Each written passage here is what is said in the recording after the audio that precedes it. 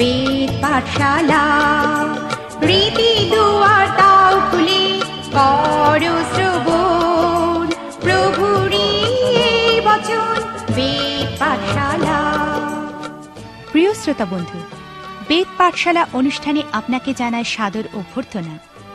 আজ আপনি কি জীবনে স্বর্গীয় শান্তি লাভ করতে চান, আত্মিকভাবে ঈশ্বরের সান্নিধ্য লাভ করতে চান? তাহলে অবশ্যই শুনুন আজকের অনুষ্ঠান বেদ পাঠশালা।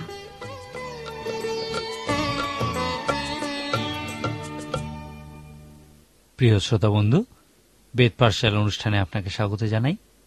এই অনুষ্ঠানে আমরা ধারাবাহিকভাবে বাইবেলের প্রত্যেকটা বই অধ্যয়ন করছি।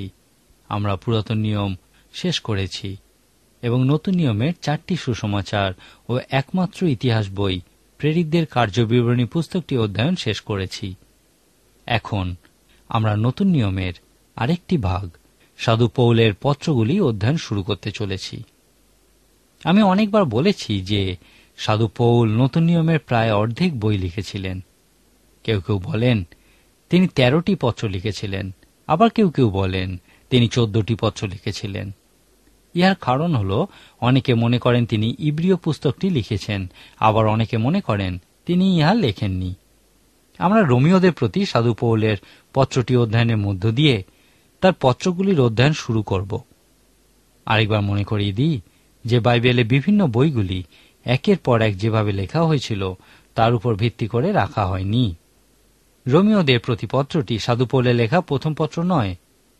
পণ্ডিত ব্যক্তিরা বিশ্বাস করেন যে সাধু পৌল তার 3য় সুসমাচার প্রচার যাত্রায় কোরিন্থ থেকে রোমীয়দের প্রতি পত্রটি লিখেছিলেন। আপনি যখন এই বইটির মূল বিষয়টি জানবেন তখন বুঝতে পারবেন যে এই বইটি তার সেবা কাজের শেষের দিকে লিখেছিলেন, যখন তিনি পরিপক্ক হয়েছিলেন এবং মহান অভিজ্ঞতা অর্জন করেছিলেন। রোমীয়দের প্রতি এই পত্রটি সাধু পৌলের শ্রেষ্ঠ অবদানগুলির একটি। ইহা ঈশ্বরতত্ত্ব বিষয়ক শ্রেষ্ঠ অবদান। এই বইটিতে বিশেষভাবে রোমীয় বিশ্বাসীদের জন্য কিছু বলা হয়নি, যেমন কোরিন্থীয় বা গালাতীয় পুস্তকে সেখানকার স্থানীয় সমস্যার বিষয়ে বলা হয়েছে। এই রোমীয় পুস্তকে প্রত্যেকের জন্য মহান ঈশ্বরতত্ত্ব দেখতে পাওয়া যায়। পণ্ডিত ব্যক্তিরা বিশ্বাস করেন যে সাধু পৌল এই পত্রটি রোমীয়দেরকে লিখেছিলেন, কারণ সেই সময় রোম ছিল পৃথিবীর রাজধানী। এই পত্রটিতে প্রত্যেকের জন্যেই উপদেশ দেখা যায়।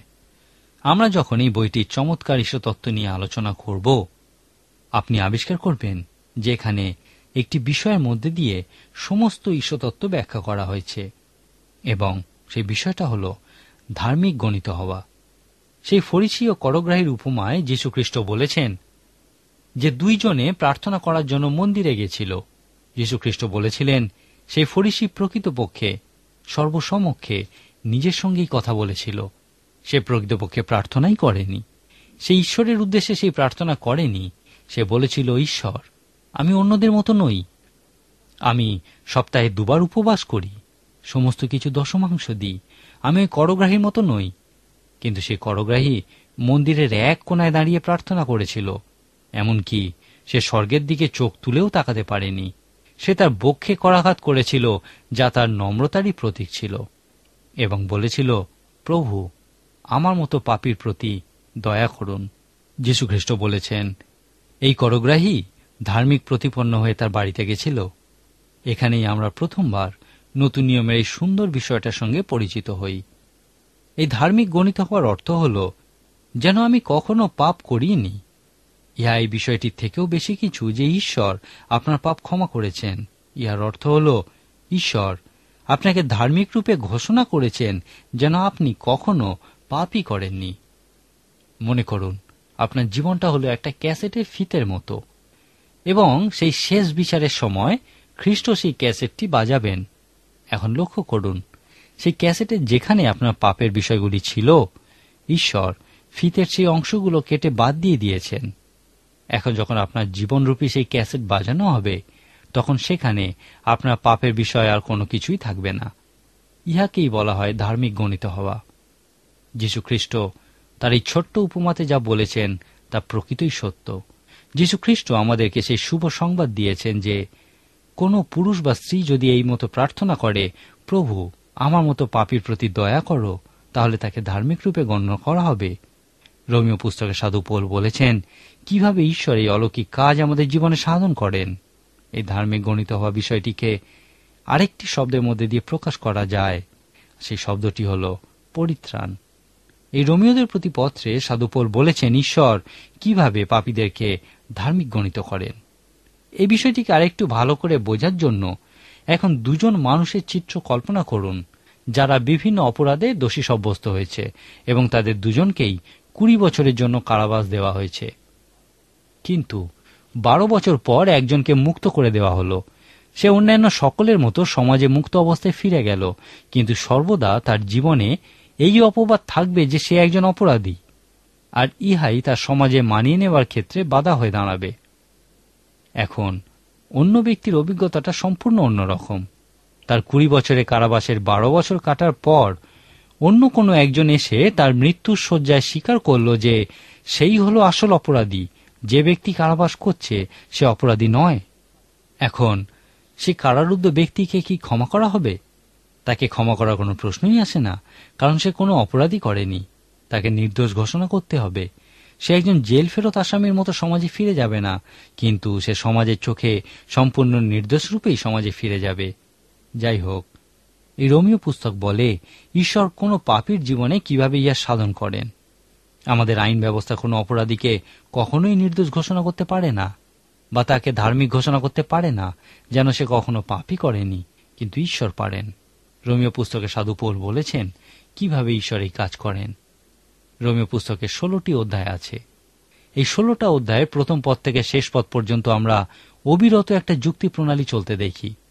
এখন আপনার কাজ হল এই পুস্তকটি পড়ুন এবং সেই যুক্তি প্রণালী খোঁজার চেষ্টা করুন। এই যুক্তি প্রণালী খুঁজতে গেলে আপনাকে প্রকৃত মনোযোগ সহকারে এই রোমীয় পুস্তকটি অধ্যয়ন করতে হবে এবং সেই জন্য আপনার পবিত্র আত্মার সাহায্য প্রয়োজন। বোঝার চেষ্টা করুন এই বইটির মূল বিষয় বা মূল উপদেশটি কি। এই যুক্তি প্রণালী খোঁজার জন্য লক্ষ্য করুন যে এই 16টি অধ্যায়কে খুবই স্পষ্টভাবে কয়েকটি ভাগে ভাগ করা হয়েছে।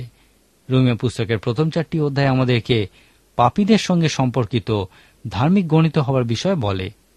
এই 4টি অধ্যায় পবিত্র আত্মা সাধু পৌলের মধ্যে দিয়ে খুবই স্পষ্ট করে আমাদেরকে যুক্তির দ্বারা বুঝিয়েছেন যে আমরা পাপী। সর্বোপরি যতক্ষণ না আপনি জানছেন যে আপনি পাপী, ততক্ষণ আপনি ধার্মিক গণিত হওয়ার বিষয়ে আকর্ষণ অনুভব করবেন না। অতএব প্রথম 4টি অধ্যায় পাপীদের সঙ্গে ধার্মিক গণিত হওয়ার সুন্দর বিষয়টি যোগ করে। দ্বিতীয় 4টি অধ্যায় অর্থাৎ 5 থেকে 8 অধ্যায় কোন ধার্মিক গণিত হওয়া ব্যক্তিকে ধার্মিক রূপে জীবনযাপনের সঙ্গে সম্পর্কিত করে। ঈশ্বর যখন একবার আপনাকে ধার্মিক ঘোষণা করেছেন, যেন আপনি কখনো পাপই করেননি, তখন আপনি কিভাবে জীবনযাপন করবেন? সমস্ত পৃথিবী আশা করবে যেন আপনি সঠিক জীবনযাপন করেন। এখন আপনি কিভাবে সঠিক জীবনযাপন করতে পারেন? এই দ্বিতীয় 4টি অধ্যায়ে এই বিষয়ই বলা হয়েছে। এখানে সাধু পৌল পবিত্র আত্মার শক্তিতে ধার্মিক রূপে জীবনযাপনের জন্য আমাদের যে সংগ্রাম করতে হয় সেই বিষয়ে বলেছেন। এই বইয়ের 9 অধ্যায় থেকে 11 অধ্যায় সাধু পৌল এই ধার্মিক গণিত হওয়া বিষয়টিকে সমস্ত পৃথিবী এবং ইসরায়েলের সঙ্গে সম্পর্কিত করেছেন। এই 3টি অধ্যায় হল বাইবেলে দত্ত ভাববাণী বিষয়ক সব থেকে গুরুত্বপূর্ণ অধ্যায়। এই বাইবেলে দত্ত ভাববাণী অধ্যয়ন করলে আপনি অবাক হয়ে ভাববেন যে এই পৃথিবীতে কি ঘটতে চলেছে। আপনি আশ্চর্য হয়ে ভাববেন যে মনুষ্য ইতিহাসের সম্পূর্ণতার ক্ষেত্রে ঈশ্বরের কি কোনো পরিকল্পনা আছে? সেই পরিকল্পনা অনুযায়ী কি এই ইতিহাস সম্পূর্ণতা লাভ করবে? এই 3টি অধ্যায় এই বিষয়গুলির ক্ষেত্রে বিশেষ গুরুত্বপূর্ণ। পুরাতন নিয়মে ভাববাদীরা আমাদেরকে ঈশ্বরের এই পরিকল্পনা বিষয়ে বলেছেন। নতুন নিয়মে সেই শিষ্যরা যারা বিভিন্ন পত্র লিখেছেন, তারা আমাদেরকে ঈশ্বরের সেই পরিকল্পনার বিষয় বলবেন যা সমগ্র মনুষ্য ইতিহাসকে সম্পূর্ণতার বিষয় বলে। এই 3টি বিশেষ গুরুত্বপূর্ণ অধ্যায়ে সাধু পৌল বলেছেন যে সমগ্র পৃথিবীতে যা কিছু ঘটবে ইসরায়েলকে কেন্দ্র করেই ঘটবে। বাইবেলে বর্ণিত ভাববাণী অনুযায়ী যদি আপনি জানতে চান সমগ্র পৃথিবীতে কি ঘটতে চলেছে, তাহলে ইসরায়েলের প্রতি দৃষ্টি রাখুন। সাধু পৌল বলছেন যে ইসরায়েল হল মনোনয়নের সেই উদাহরণ যে ঈশ্বর পরিত্রাণের জন্য মানুষকে মনোনীত করেন। যদি আপনি মনে করেন ইহা হতে পারে না কারণ ইহা ন্যায্য নয়, তাহলে পুরাতন নিয়ম সম্পর্কে আপনি কি বলবেন? পুরাতন নিয়মে ঈশ্বর বিভিন্ন জাতির মধ্যে দিয়ে সেই ইসরায়েল জাতিকেই মনোনীত করেছিলেন। ঈশ্বর তাদেরকে পরিত্রাণের জন্যই মনোনীত করেছিলেন। যাই হোক, রোমিও 9, 10 ও 11 অধ্যায় বলে যে পবিত্র শাস্ত্রে ইসরায়েল সেই নির্বাচনের স্বাধীনতা বিষয়ে মহান ও স্পষ্ট উদাহরণস্বরূপ দাঁড়িয়ে আছে। ইহা সত্য, কারণ ইসরায়েল যীশু খ্রিস্টকে প্রত্যাখ্যান করেছিল এবং তাদের পরিত্রাণও প্রত্যাখ্যান করেছিল। অতএব সাধু পৌল বিশেষ করে 11 অধ্যায়ে আমাদেরকে একটা আকর্ষণীয় বিষয় বলেছেন। এখানে সাধু পৌল বলেছেন, মসীহকে প্রত্যাখ্যান করেছিল বলে জিহুদীদেরকে শাস্তি দেওয়ার জন্য ঈশ্বর সেই অজিহুদীদের দিকে ঘুরেছিলেন এবং তাদেরকে রক্ষা করেছিলেন।